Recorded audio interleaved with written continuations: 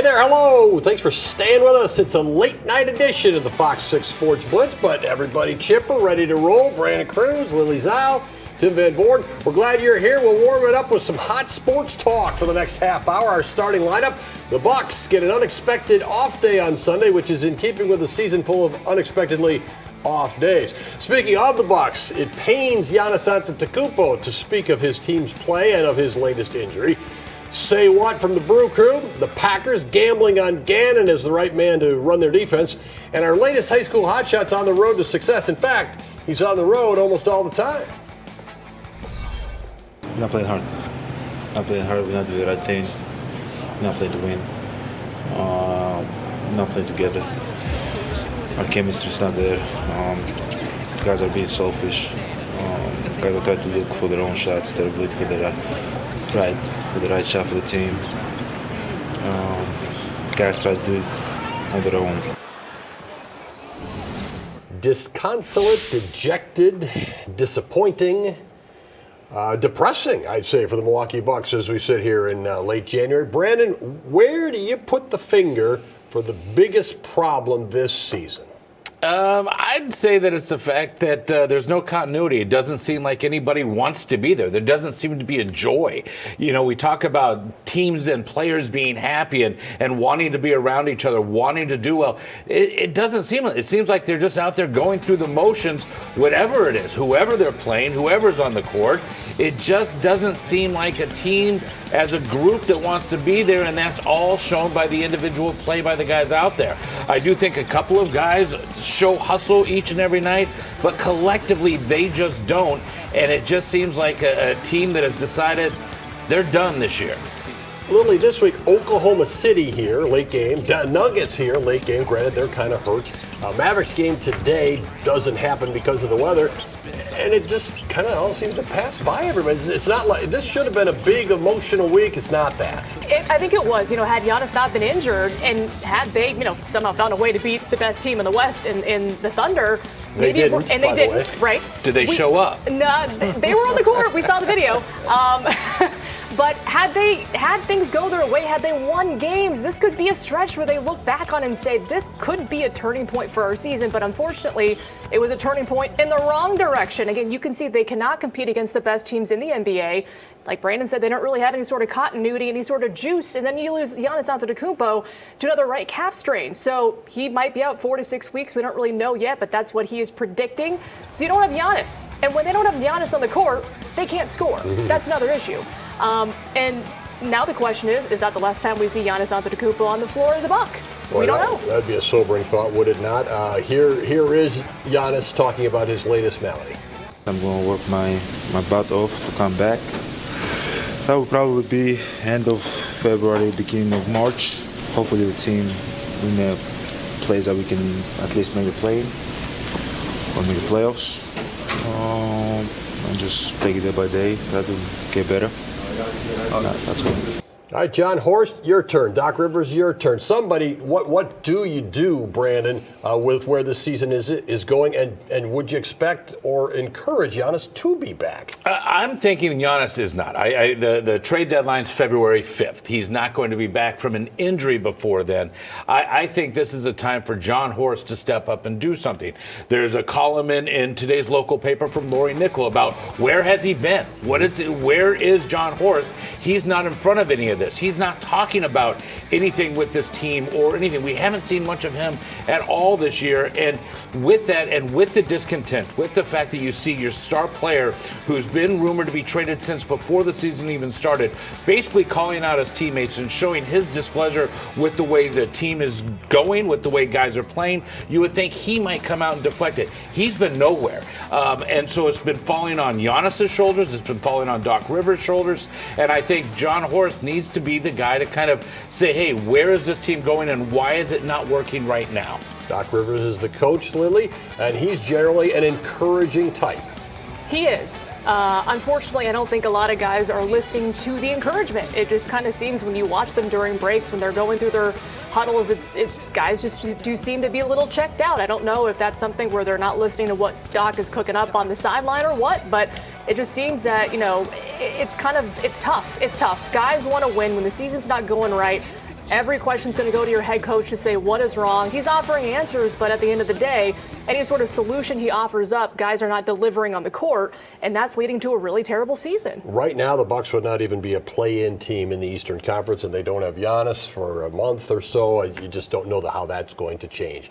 We're going to change our subject matter to the Green Bay Packers. They have a new defensive coordinator, Jonathan Gannon, former head coach of the Arizona Cardinals. Prior to that, defensive coordinator of the Philadelphia Eagles.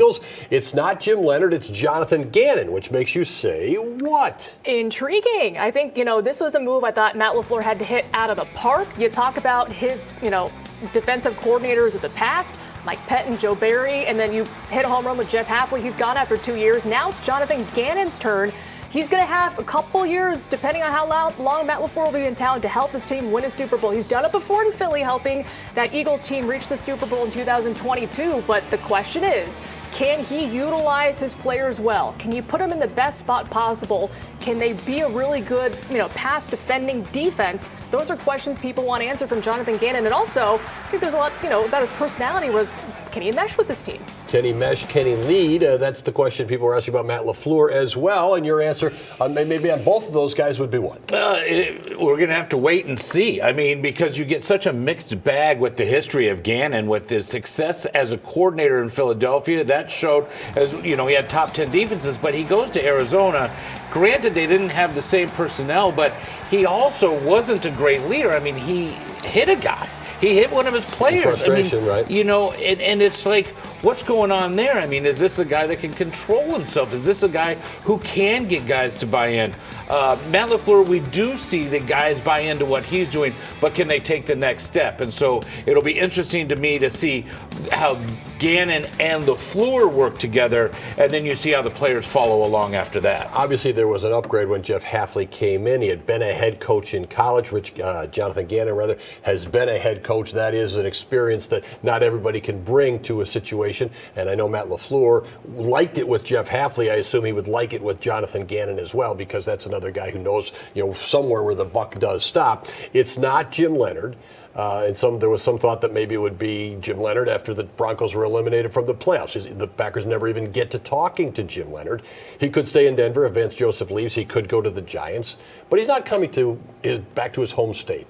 Is that a big deal? I think, a lot of Packers fans probably wanted a homegrown guy, on the Packers staff, but it didn't happen. I know he was close in 2021, but that job, alas, went to Joe Barry. So, he's been close a couple times, but, the question is, would he really wanted to come to Green Bay, or were the Giants really a team he wanted to land with? You can see, I'm sure there was mutual interest being reported between both sides. I think, what he's done in Denver has been fantastic. He knows the market in Wisconsin and Green Bay very well. So I think, people are disappointed Jim Leonard's not in Titletown, but at the end of the day, they're hoping Gannon works out and Leonard, will flourish elsewhere. How big is the defensive coordinator's role anyway? Is it players? Is it coordinator? Is it 50-50? I'd say it's closer to 50-50. I think what you see there is you have to have a guy who sees the bigger picture, sees the scheme, the attack plan, so to speak. But the players are the guys that have to do it. They have to buy in. They have to believe that this is a way to do it. And we've seen in Green Bay when that doesn't go well, and we've seen in Green Bay when it does go well. Most recently, you saw guys really enjoy the way Jeff Hafley brought things on. And so that's what you're kind of hoping continues as they take this next step with Gannon. They want to see the guys buy in, but you also want to see the creativity and an attitude brought, especially on that defensive side. It is more pronounced on a coaching staff where the head coach is an offensive coach as well, and certainly that's the case with Matt LaFleur. He calls the offensive plays. Before we wrap with the Pack, is this the end of the changes on the coaching staff in your mind?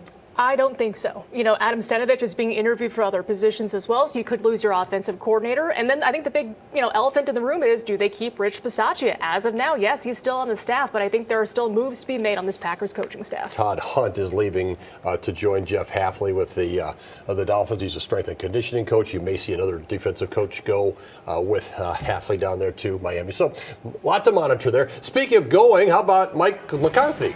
He's going home. The Steelers have hired the Pittsburgh native as their next head coach. Obviously, you see him here as the Cowboys coach, longtime Packers coach. They're winning the Super Bowl.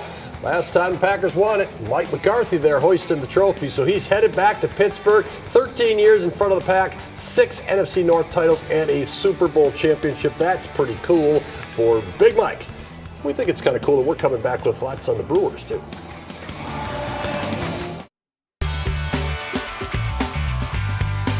I'm going to have a new boss? Well, you're just going to have to wait and see. What time is it? I don't even know what the question is anymore. Maybe in the new building we'll get these fixed, Wallers. You know how Murph is. He was just kind of cracking jokes and laying into me a little bit.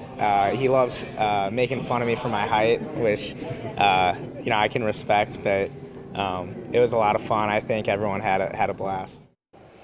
Look at Caleb Durbin there, going back to his old days with the Dock Spiders. Baseball's almost here. We're getting into February. In fact, next Sunday is the beginning of February. Players start to report in the middle of the month. One guy we're not going to see in Phoenix, obviously, is Freddie Peralta. Earlier this week, he's traded. I know it's not a big surprise, but what does that do to this team with the absence now of Freddie Peralta from that clubhouse? I think it's twofold. The clubhouse is a good thing to mention, Brandon. We can look. We'll have some video here. You watch him as a right-handed pitcher. You know he does well and was one of the winningest pitchers in the National League last year. But in that clubhouse, he was such a connector. He was really the guy who welcomed some of the younger players who would come up to the team, made them feel at home here in Milwaukee, maybe coming from a culture that they're not used to here in Milwaukee. He was very important in that area in the clubhouse. Some of the key players on the on the Brewers roster would obviously be affected by that. So I think it's a twofold departure for Freddie Peralta. Lily, they have so many young pitchers, and those guys look to Freddie. Who do they look to now with Freddie Peralta being gone? And, you have so many second-year guys in that rotation right now. It's got to be Brandon Woodruff, and you have to hope he stays healthy. But he's that wily veteran in the Brewers clubhouse, and now those are the guys that they're going to be looking up to. It's Brandon Woodruff.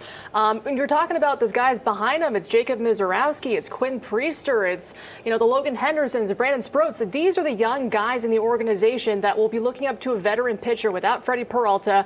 That's going to be Brandon Woodruff, and you're hoping that, he's a great guy. We all know it. We've talked to him. He's a great pitcher, and these young pitchers are going to be happy to learn from him. We heard about Durbin talking about his size. Jet Williams is a guy that comes over in that trade. A very, I don't want to say vertically challenged, but a shorter player, an infielder and outfielder, but he's highly ranked as a prospect. Mm-hmm. Is this just the Brewers' way now that if you're a Brewers fan, you're going to have to get used to these young guys and hope they stick around for a little bit? It is the Brewers' way, and it's worked very well. Come on, it's the best record in baseball last year. How can you question it in terms of what they're trying to do? They roll the dice on some of these guys who are high-rated prospects, or they see something in them that they can get out of them at the major league level, and it has worked very well. And if you throw enough at the wall, whether it's a lot of guys in the bullpen or whether it's a lot of infield prospects like this or in the draft every center fielder, that's what the Brewers do.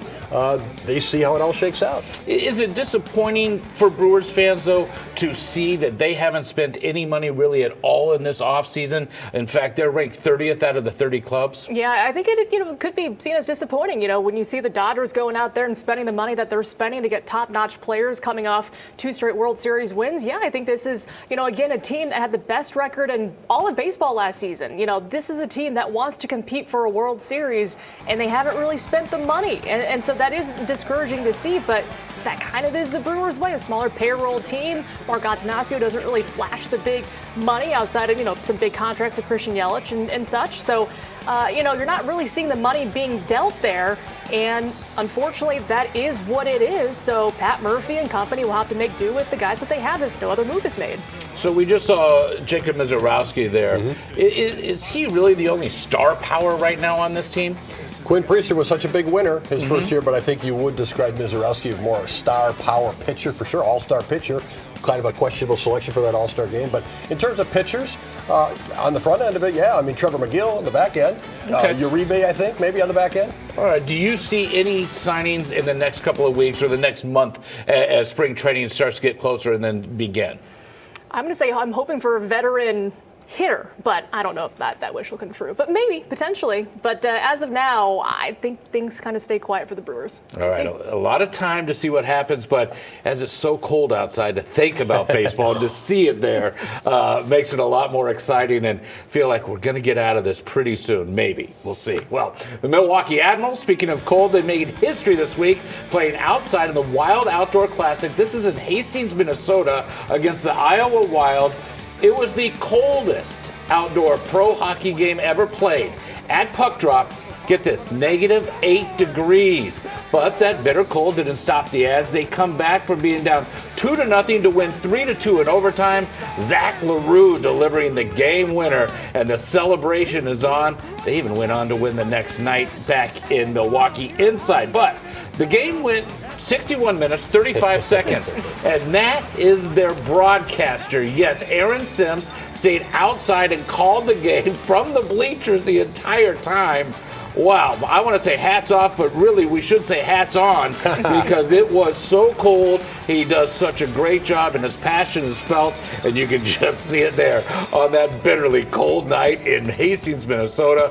But he helped bring the Ads a win. We're coming back with our high school hotshot. Stay with us.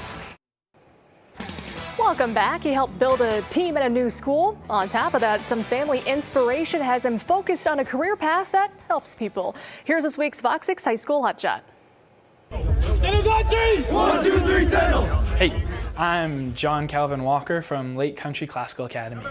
I'm a senior on their basketball team. LCCA started when I was in 8th grade with the hope of being able to bring classical education into the region.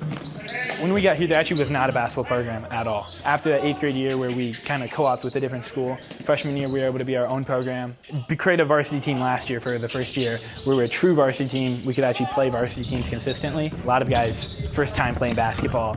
In that first day of practice, it's like a deer in a headlight. It's just like, whoa, what's going on? This sport that I play in my backyard is not the same here. We tried to play a game in our small little gym here in that first year on Friday, we're gonna play in the Pfizer Forum. So just that huge change, having our own uniforms at our varsity level, it's just been wild to get to experience the rise of our basketball program. Practicing every day in a gym, it's about the 2/3 the size of a regular basketball court. And I think it really does feel like the culmination of my entire basketball career to get to play on that Pfizer Forum court where NBA players are going to be playing 6 hours after us. Middle of the second game of the season, I tore my meniscus. Went and got surgery on it, so I missed close to 8 games. Being able to come back has just reminded me of how much fun it is being on a team. I'm going to be going to Johns Hopkins. My goal will be to do pre-med and material science engineering. The long-term goal would become, hopefully, an orthopedic surgeon. Being a surgeon would be able to go and do that in an overseas missions trip. So I've been able to do a couple of those in my lifetime. I'm a CNA right now, so I was able to do a lot with like helping taking their vitals and stuff. Yeah, I mean, it's a little bit bittersweet to come to the end of 5 years of your life of trying to figure out how to become a man to some degree, but also just more educated and a better basketball player. It's hard. It's hard not to make excuses, but I think when you learn not to make excuses, you learn the most about yourself. And I think it's made us all grow educationally, basketball, every way in life. I'm John Calvin Walker from LCCA, and I'm a senior on the basketball team. I am this week's Fox 6 High School Hotshot. And that's certainly having a winning mentality. Meanwhile, later this season at a neutral site home game, John Calvin and his fellow seniors will be honored. Then the Sentinels will look forward to participating for the first time in the WIAA state playoffs. That's great. We'll be right back. Cold weather outside, so you can follow your teams this week. The Bucks are on the road, 3 games out east. College basketball has Marquette hosting Creighton on Tuesday. On Wednesday, it's the Badgers with another game against the Gophers. They had a wild one just a week ago. And then Wright State comes to UWM on Friday night. And on the ice, the Admirals will host the Ice Hogs at home on Tuesday, and then they're going to head back out to Iowa on Friday. Hey, the Wave got a big win today as well. Yes, absolutely. So, some winning sports around here for sure. We'll be tracking it all coming up in the upcoming week and see what's going on with that Packer coaching staff as well. Always appreciate your company at any hour of the day or night here on the Fox 6 Sports Blitz.